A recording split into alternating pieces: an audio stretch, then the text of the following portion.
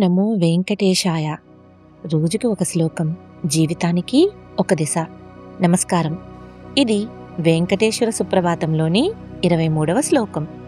కందర్పదర్పహర సుందర దివ్యమూర్తే కాంతాకుచాంబురుహ కుట్మలలోల దృష్టే కళ్యాణ నిర్మల గుణాకర దివ్య కీర్తే శ్రీ వెంకటాచలపతే తవ సుప్రభాతం. ఓ స్వామి, మన్మధుడి గర్వాన్ని కూడా తగ్గించేంత అపూర్వ సౌందర్యంతో వెలిగే దివ్యమూర్తివి.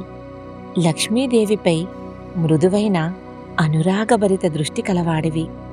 మంచి శుభకరమైన నిర్మలమైన గుణాలకు నిలయమా దివ్యకీర్తిగల వెంకటేశ్వర స్వామి, నీకు మంగళకరమైన ఉదయం. ఈ శ్లోకం ఒక సున్నితమైన జీవన సత్యాన్ని తెలియజేస్తుంది. సౌందర్యం ఒక్కటే సరిపోదు. ప్రేమ, గౌరవం, కరుణ, నిర్మల గుణాలు కలిసినప్పుడే అది సంపూర్ణమవుతుంది.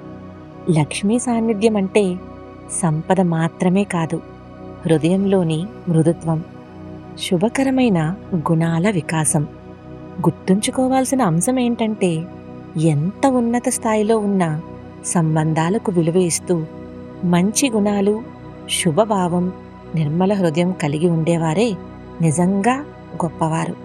రూపం కళ్ళను ఆకట్టుకుంటుంది, గుణాలు హృదయాన్ని గెలుస్తాయి.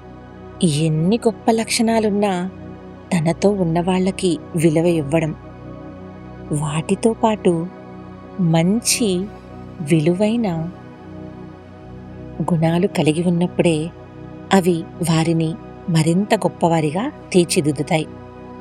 ఇది వెంకటేశ్వర సుప్రభాతంలోని 23వ శ్లోకం. రోజుకు ఒక శ్లోకం, జీవితానికి ఒక దిశ. మళ్ళీ రేపు కలుద్దాం. ఓం నమో వెంకటేశాయ.